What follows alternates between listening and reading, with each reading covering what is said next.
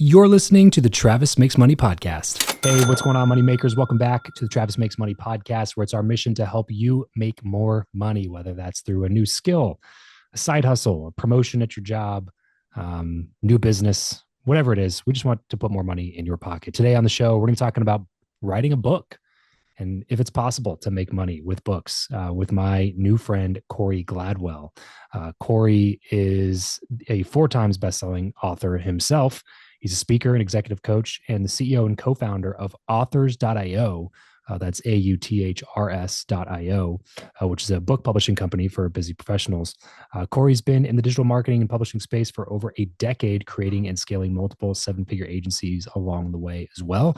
So we're going to talk a lot about books today and if you can make money with books. Before we get into that, if you're wondering how I go about building relationships that I have with people here on the show, it's actually through the show itself, coincidentally. So for a limited time, I'm taking on a couple one-on-one podcast coaching clients for anybody that's looking to build their own personal brand, their own network, expertise, audience, because podcasting done the right way does all of those things. And if you really set it up in the correct way in the future, it will actually pay you money through sponsors to do all the things that I just said. So it could be a really great way to use your time if you're already running a 7 or 8, 9-figure business and you're taking yourself out of the business successfully and you want to do something that impacts the business, but also fulfill some personal need or some purpose there, then a podcast could be it. So travischappell.com/coaching, there's a quick application that you can fill out, see if we might be a good fit to work together on your show, getting out into the world or improving the one that you already have. travischappell.com/coaching. All right, Corey, what's up, dude? Welcome to the show. Thanks for taking the time. Awesome. Yeah. Thanks for having me on, man. I'm really excited. I love talking about money. So let's dive into it. Perfect. You're in the right place, my man. We'll start off with a quick and easy one for you. How do you currently make money? A few different ways. Mostly through ownership, I think would be the summation, the overview. Owning the book publishing company, owning all the kind of copyrights and royalties to any of my own books, and then from owning some real estate investments as well. And then I do some coaching, some executive coaching as well. A lot of and just like you mentioned, with personal branding, a lot of our clients when they go through, being a busy professional executive entrepreneur, you want to either move up in the corporate world, right? Or you want to leave the corporate world, start your own thing. Either way, you need a personal brand. You need to understand how to, monetize that brand, build that brand. And so coaching people along those paths, and there's so many different things that go along that journey. And the books are, for me, a vehicle, have been, and for our clients too, a vehicle to unlock the doors to get to that next stage or land those consulting clients or move up into a different positions. So yeah, I would say ownership as a whole is how I make money. Yeah. You obviously have several different income streams now. How did it start? What was the first thing that you started making money doing? Great question. So the very first, if I want to go way back to when I was a child, I grew up super poor, Section 8 welfare, and I watched kind of the socioeconomic problems of a lot of the things that go along with being poor. And so the first dollar I made was selling a bag of apples that my mom bought at the grocery store. All the groceries, I took the bag of apples she bought for like $1.25. I sold them each for $1. I made $5 profit. Gave her some, kept the rest, and that was my beginning of my entrepreneur journey. Nice. From way back then. Before, once I became an adult, I had owned little companies throughout my teen years with being able to kind of filter it through my parents and a bunch of different random things. But the first real actual adult money I made was from real estate. I got into real estate before I even got out of high school and began selling real estate. Got it. So as an agent? Within 2 years. As an agent, and then 2 years became a broker, and then started my own real estate company and built that up to about 30 agents before the Great Recession. So okay, got it. So real estate was kind of the first income stream then, the first major thing that was like putting the first real one as as an adult. Yep, sure. Yep. I say that just to say there's this common misconception about millionaires that people tend to look at what they do now rather than what they did to get where they are now. And so one of those misconceptions is that, well, the average millionaire has 7 income streams, so I better go collect income streams. I was like, well, you're making one glaring mistake. Like almost zero millionaires became a millionaire through 7 income streams.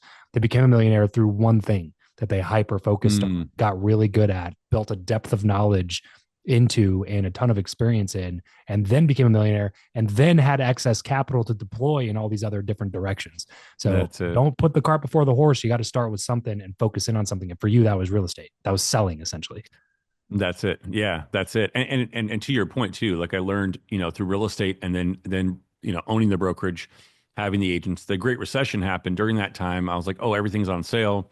I'll buy about a nightclub, about a restaurant. It started a vodka brand, at like 23, which was great. It's a cool story. I don't regret anything, but I had no actual experience in acquisitions Mm, and in really owning that many businesses at that same time and all those things, and became kind of disillusioned with material success because I wasn't grounded in any personal work at the time, all these different things. And that snowballed by the time I was 25, 26, where I was just, I got rid of everything, didn't want any of it. So trying to jump to it too fast, to your point, and thinking, oh, let me just get a bunch of ownership, let me get a bunch of assets, I'll have income streams, it's good. That's not the answer either. You kind of have to understand, get that foundation, to your point, like one thing at a time, work it really well in that first income stream, then do the next thing, whatever else, to build it upon that. did the real estate brokerage survive the recession?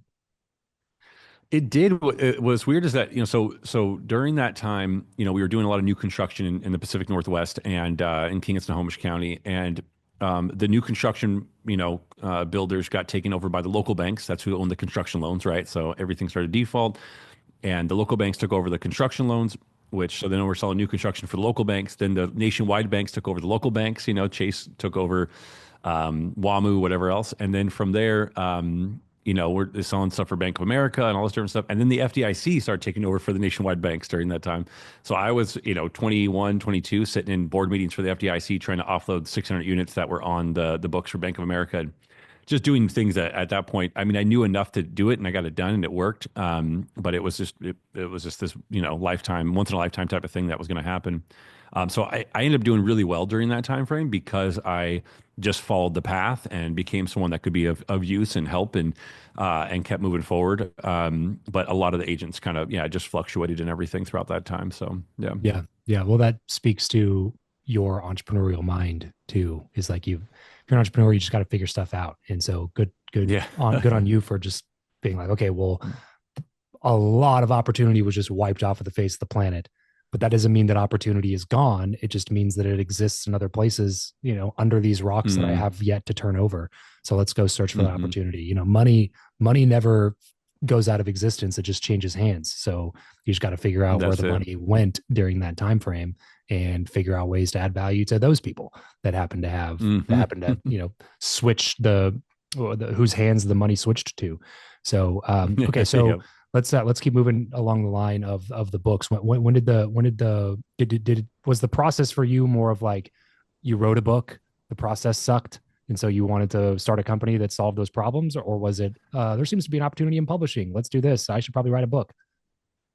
Kind of the first one. So after like the nightclub restaurant vodka brand, again, I don't regret in those times. It was a lot of fun, a lot of, parties and stuff. That was the job. But again, it was just very hollow by the end of it and empty. So in like January 2012, I turned inward, started kind of meditating, had a spiritual experience that lasted for about 3 weeks. And after that, and it was very profound spiritual experience. So after that, I was like, excuse me, I was like, what the hell was that?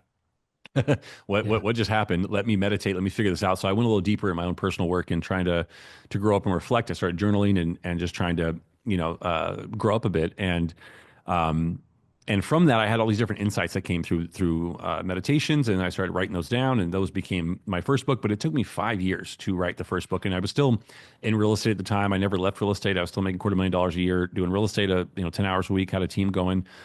And so, but it still took me 5 years to write that first book. And throughout that time period, I was additionally, like because of the disdain, I guess, for the brick and mortar businesses and what I was in, I wanted to build more of a, the what we call laptop lifestyle now. Before it was the trending thing to do. Yeah. I started building up a media agency in like 2013 and helping with Facebook ads and funnels and websites and whatever else.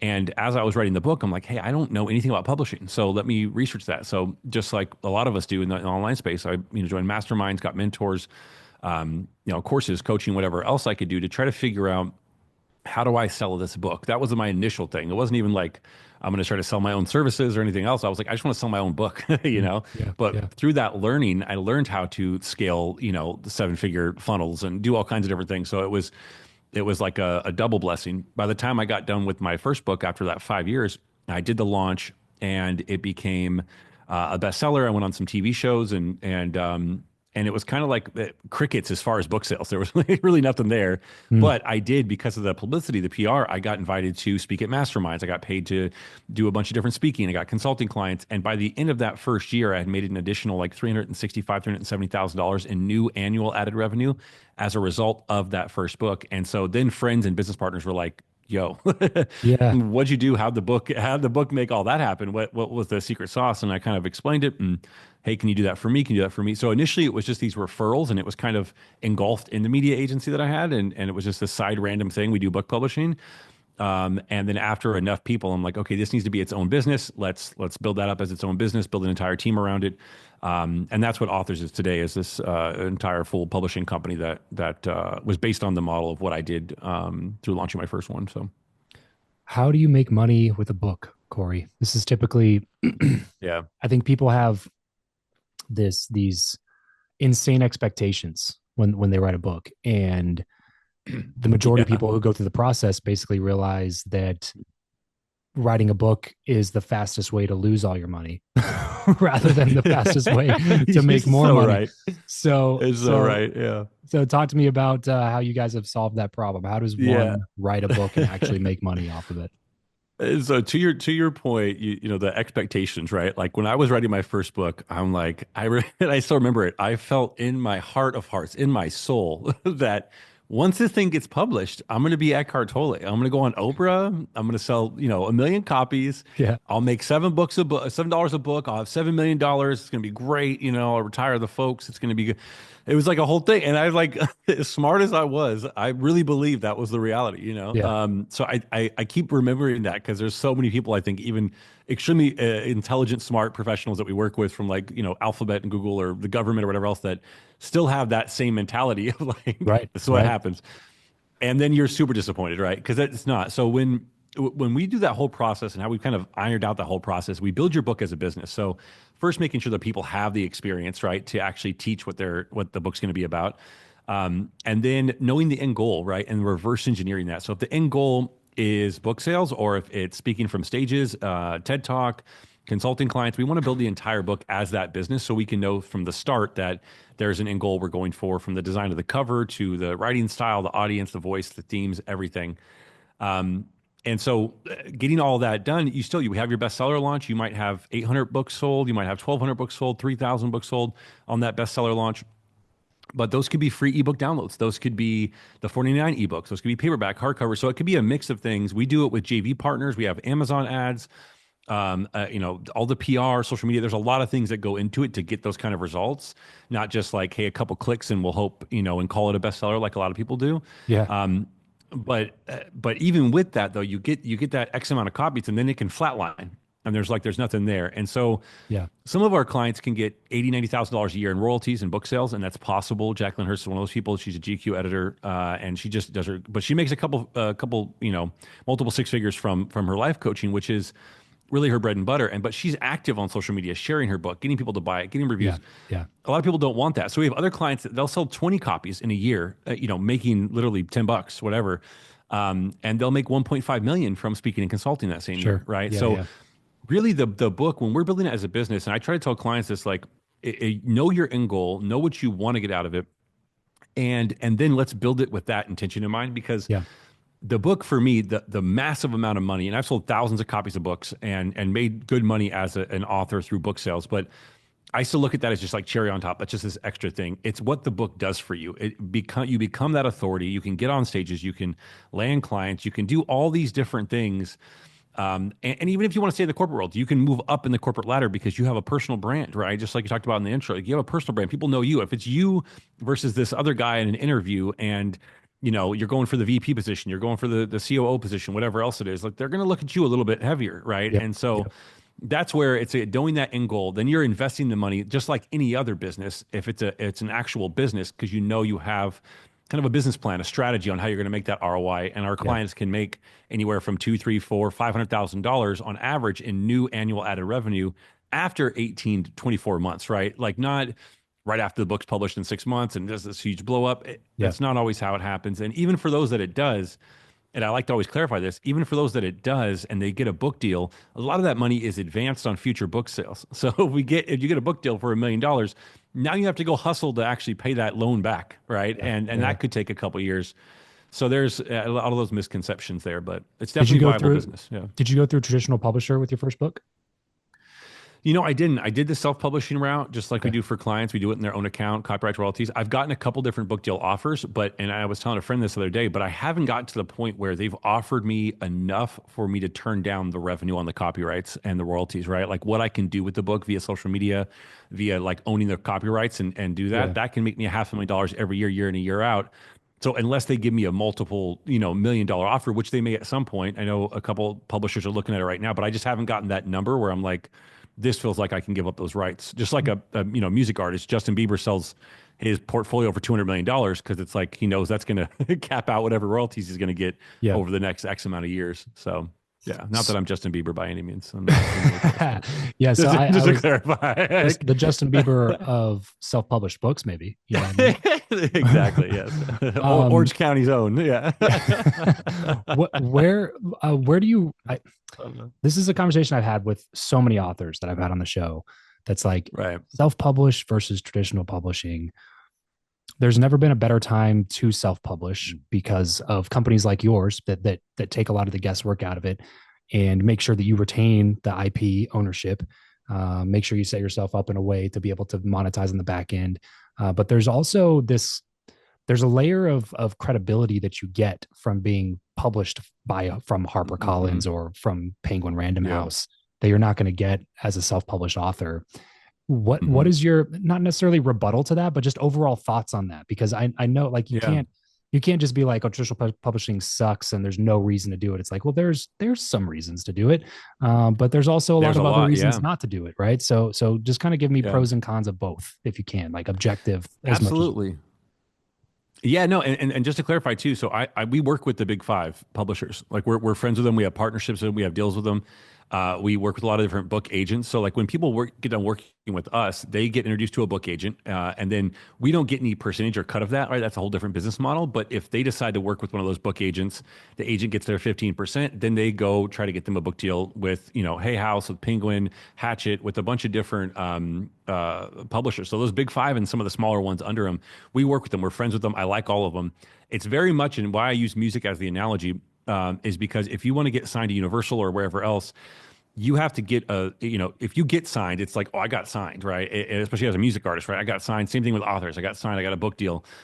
It's great to get a record deal or a book deal, and you get your advances and you get things paid for. And the biggest thing is, and I think what the benefit of working with publishers, just like with a record label, is that you get placement. So you get placement not only on online sites and all that kind of stuff, but you get placement on performances and tours and all of that. As a music artist, right? You might open for someone, and then start getting a bigger audience, get tapped into other audiences, get featured on other albums. Same thing as an author, where if Hay House signed you, you might go do an opening for Joe Dispenza somewhere. You might end up with, on Oprah somehow because of those relationships and connections. So those are the benefits. Now, if you want someone to take care of all of that for you, then that's where you go with the publisher.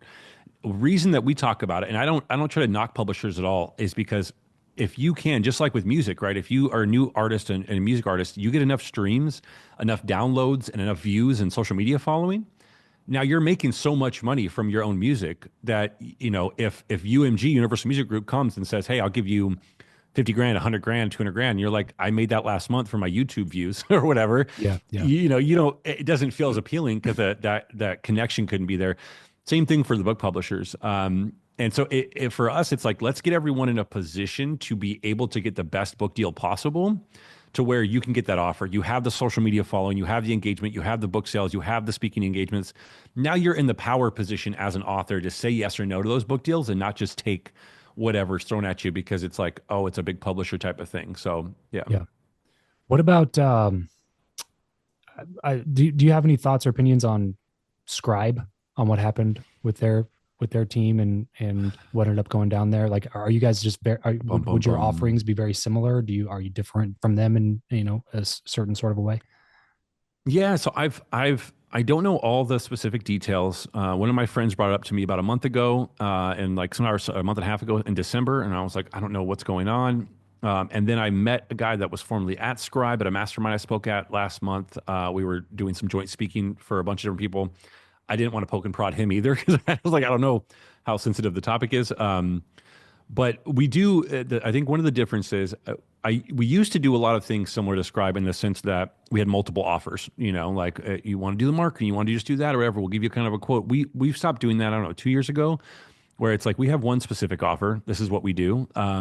And if you only want one part of that offer, you can sign up for the whole thing, and we'll still offer different things within that. But it's one offer, Okay. and it's one specific thing. We also like I have courses and those kind of things, but we try to focus mostly on done for you. So our whole team, and the reason I bring this up, and I don't know their back end, I don't know all that stuff. I've heard they made a ton of money and done well, and I don't know where that changed or what happened. I know from experience, and you probably know this as well. You've seen this in the digital marketing space with agencies and everything, and all kinds of niches. The fulfillment side is the hardest part, right? People always think it's the marketing and sales. Once I make enough money, or I get enough ads, enough leads, and then I get enough sales, like everything else takes care of it, right? But that's where people fall. They scale up and then they crash. And so for us, like we try to lead with that fulfillment and ironing out every single possible thing we can on fulfillment, making it better and better and better for the client's customer journey to where every time we're hiring in pods, we're staggering, any of that, we'll actually cap enrollments. We won't take on anybody and everybody because we want to tighten that up at certain times, depending on how many new clients come in. That's my only thoughts. I know that's what we do. And I think just because I've Yeah. seen so many different things happen, but I don't know the details of everything there to really speak to it too much. So, So talk me through your offer then. You said you have one offer. You said no to all these other different potential paths of monetization. You're just like, we do one thing, we do one thing extremely well. What is that one thing mhm. exactly? So it's full done for you book publishing busy professionals. So from the time a client talks to us, even when they're on their initial, what we call sales call, right, with the manuscript strategist, we're ironing out their ideas. We're trying to figure out what their actual end goal should be, what their wisdom and knowledge is. How can we bottle up that gold, distill that gold down? Yeah. And then once they start with us, they go through their enrollment process. They have several different videos and questions and answers, and they start with their client success manager. They have their assigned writer, their editor, their designer. So we write the entire book. We get it as close to their voice as possible and their theme and their audience. We publish it, and that includes the cover design, that includes formatting. We publish it in their own account. They keep the copyrights and the royalties. And then we launch it to a bestseller. We guarantee a bestseller, which for us is a top 10 placement on Amazon in at least one of the three categories, if not, again, historically number one. Everyone's at number one, but we screenshot that. We show evidence of it. Throughout that, we have, again, it's Amazon ads, it's JV partners, it's social media presence on all our platforms. And so they can see the results, see the sales reports in the back end. After that, we have the guaranteed PR. So we put them on, Business Insider, Yahoo Finance, get that kind of the articles going. And then we have the 6 guaranteed podcast interviews. And so that way they can get, like you mentioned at the beginning, podcasts can get hyper targeted. We used to do TV and we'd have clients get, and I've done this myself, where you get 4 million live viewers on ABC Virginia or whatever. Good morning, Virginia. Good morning, Austin. And it's crickets. You're not getting anything, no Doesn't clicks, no translate to sales. any sales. Yeah. The average age is 69 years old of the viewer, and nothing against anyone who's that age, but they're probably not going to buy any of these books or do anything, take any action on it. And so the podcasts have switched over time, and it's been so great because you can get hyper targeted on your audience and engage and get the followers, get the shorts and reels and the clips and every single aspect to it. So, so that's it. Then after that, we do kind of our consulting phase, which is where we give them the full roadmap. Here is exactly how you apply and get a TED Talk. Here's how you find paid speaking engagements in your niche, and here's how you actually apply for them.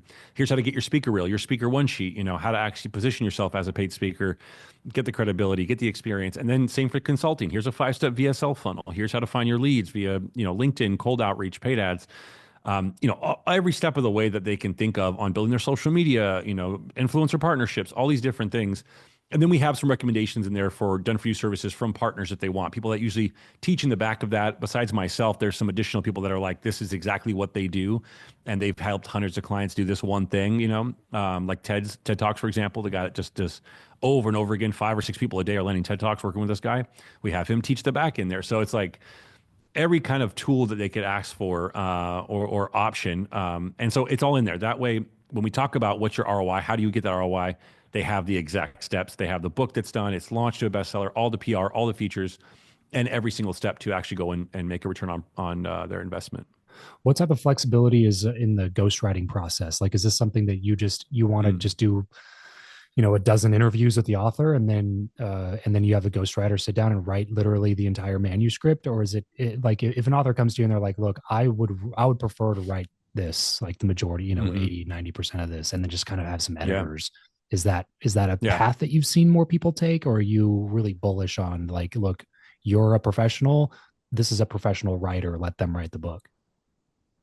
Yeah, so we're definitely flexible. I mean I'm a writer myself, an author. I love handwriting. Like I'm 95 years old, so like I get that, and I never want to turn anybody down, and but I think so for us, we say absolutely. We call it supplemental material, even though if they're writing 80% of the book, if they want to, we call it supplemental material because we add in that. We've had people come to us and say, "Hey, I got my book done. I just need the other part." And then we say, "Okay, send us your book. Let's take a look."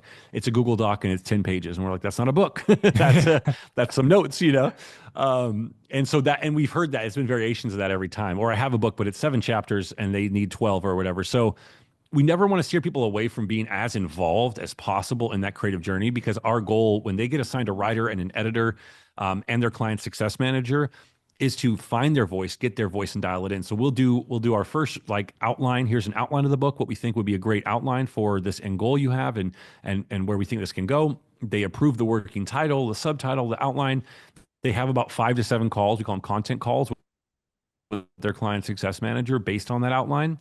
And then their writer actually starts writing just like a draft. Like here's a couple pages of the style, of the intention, of the voice. Let's take a look at this. Tear it apart. If you like one word, one sentence, one paragraph, that's great. If you hate every bit of it, that's fine too. And we just do that collaborative process until it's really dialed in.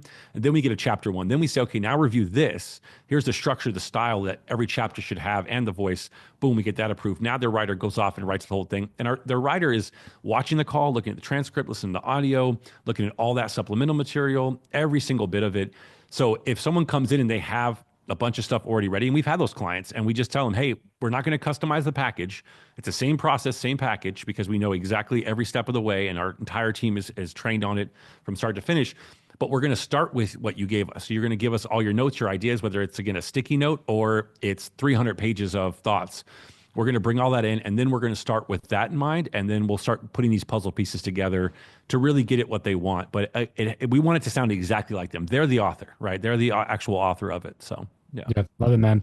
I've got plenty of other questions around book writing. Maybe we can do a part two to this thing Yeah. sometime. But the Yep. overarching lesson is that it is 100% possible to make money with books. But maybe don't think of yourself as you know, to be James Patterson is a wildly different thing than it is to like publish a Exactly. book that you're proud of and turn it into real Yeah. revenue. But like you said, looking at it's the cherry on top. I tell people the same exact thing about podcasts. Is like listeners, Hmm. downloads, and sponsorship revenue. That's the cherry on top. The reason to do Hmm. it is for all of the same reasons that you would write a book. Is like the additional credibility, the excuse me, the potential speaking gigs, the partnerships, the biz dev, the it's That's your it. it's your online business card. You get content from it. There's so Hmm. many other reasons to do it, besides just this one thing. And then if we can make that thing happen, of course that's the end goal, long term. But don't look at it as like this is the only thing that makes this successful, or So true. you can be your odds of being disappointed are extremely high. You know what I mean? Like it's not as Exactly. Yeah. duplicatable. Like there's a sort of alchemy that exists that makes a book sell 1 million copies. You can have a Yeah. fantastic book put together. You can be super proud of the product, and it might only ever sell 5,000 copies or 10,000 copies. Like I said, there's a certain kind of mixture. There's a certain magic or alchemy that has to exist in order to bump you Hmm. up to these insane numbers and make you this famous author who just gets paid millions of dollars a year to write. There's a Exactly. large Yeah. discrepancy there. But hey, I appreciate the Yeah. conversation, man. Let's move into the final round here. Just some quick random questions, quick random answers. Yeah. You ready? Hmm. Let's do What it. profession other than your own do you think would be fun to master? I would love to have been a neuroscientist. I've studied neuroscience for like the last decade, neurotheology, neuropsychology, neurobiology, all these different versions of neuroscience and subsects of it. And so I feel like I'm a hobbyist neuroscientist, but I didn't go down that path. So here we are. Yeah. Flex and fail. Give me a purchase that you're happy that you made and a Ooh. purchase that you are unhappy that you made.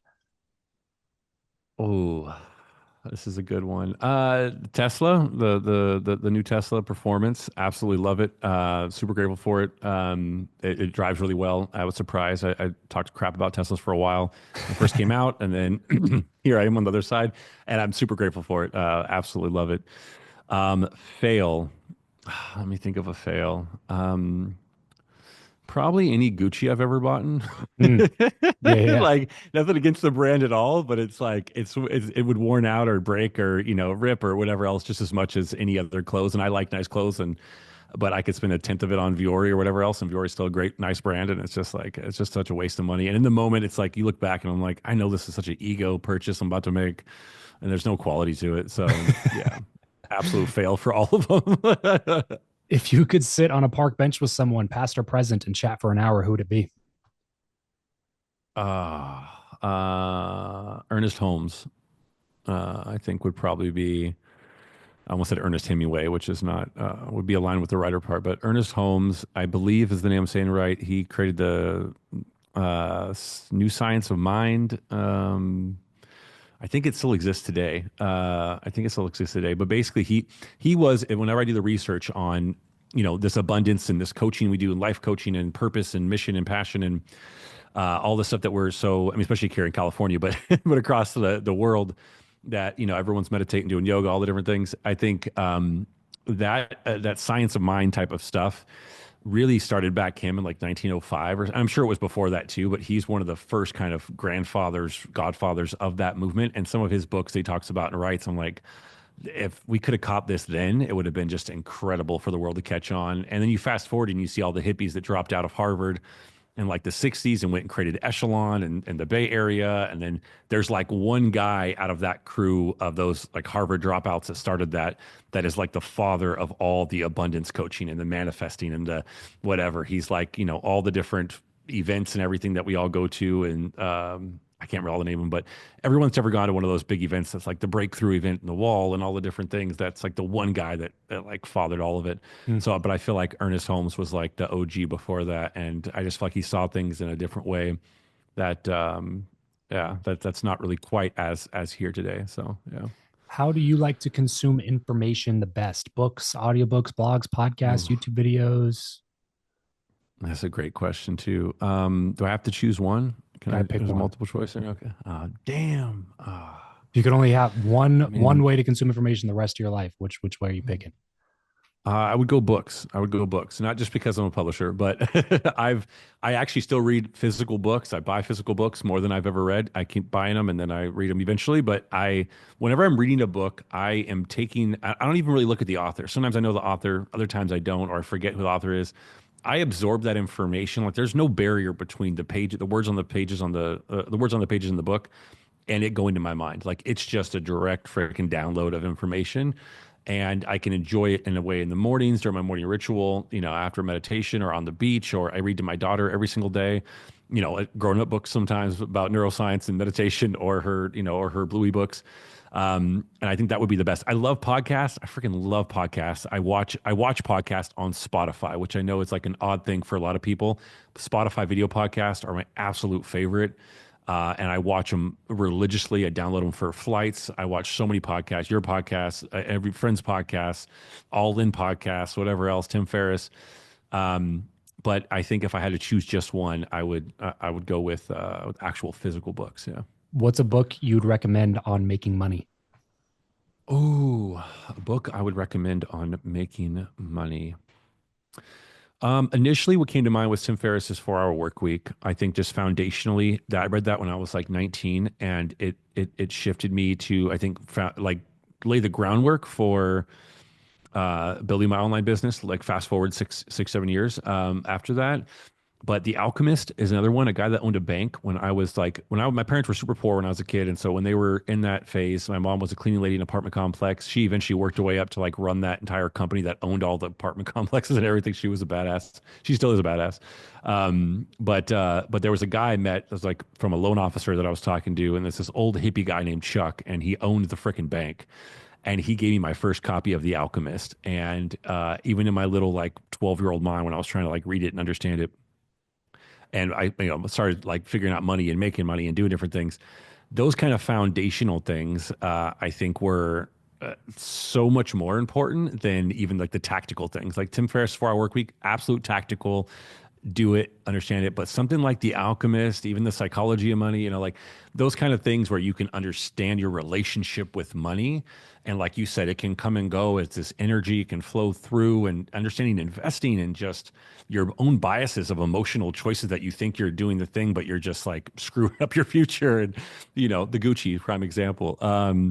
There's all these different things. Like they're just so much more important than just the tactical. So, yeah. What is your go-to pump up song? Oh, so I do a lot of biohacking stuff, like IV vitamins, cryotherapy, red light, hyperbaric chamber, all that kind of stuff. My go-to song for cryotherapy, because it's negative 165 for 3 freaking minutes. I don't do ice baths; those feel scary for whatever reason beyond cryotherapy, but it's my version of it. So I put on Rick Ross's Purple Lamborghini, Rick Ross and Skrillex Purple Lamborghini, and I'm just like in the zone. And so that's one of my like workout songs. That's one of my cryotherapy songs. It gets me moving. So yeah. What is something you are not very good at? Oh, I'm not very good at. This is a good one. I'm like, I don't know, man. I'm too kind. What are those? Remember those jokes, those commercials where it's like, I'm just too nice. The I'm negatives too as good. positives. Yeah, yeah, exactly. We're just gaslighting ourselves. Let, let me think. I'm a CEO of the company, co-founder. I'm very much a visionary, and I'm people that understand, the human design. I'm a manifest generator, so I'm very much big picture and vision, and I'm there, and I can reverse engineer the goal and figure out the steps to get there. But as far as like hyper focusing on the details, and this is why my business partner is so great, because he's like the COO type personality, he's a projector in human design. He's like, let me zero in, just like zero in on this thing and get it done. And I am not like that at all. Like if I didn't have I have 3 different executive assistants and like my calendar managed for me and all these different things, I would just forget. And not because I don't care. I care about all the things. I'm just in the zone. I'm just going, going, going. And so being able to get dialed in like that is something I can focus when I'm doing something, but unmedicated ADD, that's why I do the biohacking. I don't take any prescription drugs. I just do the biohacking. So I would say that's it. Yeah. As we get everything wrapped up here, Corey, where can people go to get more from you? So CoreyGladwell.com, CoreyGladwell, like Malcolm Gladwell, but I'm not as famous or as good of a writer. And then you can go to any of my social media. It should be either at Corey Gladwell or at Corey S. Gladwell, Instagram, LinkedIn, Facebook, all the different things, YouTube. I would say YouTube to check it out, either my personal or also authors, authrs.io. For the website, you can also go on social media, YouTube and stuff. There's a lot of different podcast interviews and things to just digest stuff that I've been talking about today and expand onto. So, yeah. So at Corey Gladwell or at Corey S. Gladwell on all socials. And then if you are interested in writing your own book and curious if authors would be able to help you out, that's authors.io, authrs.io, to go check out what they got going on, book a call with them and their team and see if you might be able to get your bestseller out into the world this year. If they shout out Travis too, there's a special bonus as well, some additional PR stuff that we're going to be doing too. So just as a little added incentive for everybody. Yeah. There you go. For everybody listening, you're welcome. Thank you for tuning in and listening to the episode of the show. Go check out authors.io, everything Corey's got going on. Corey, thank you so much for doing this. Everybody else listening, tuning in. Remember, money will solve all your money problems. And then you're left to work on the problems that money can't solve. But it's a little bit easier to solve those problems with some money in the bank. So let's solve that problem first here on the Travis Makes Money podcast. Thanks so much for tuning in. Catch you next time. Peace out.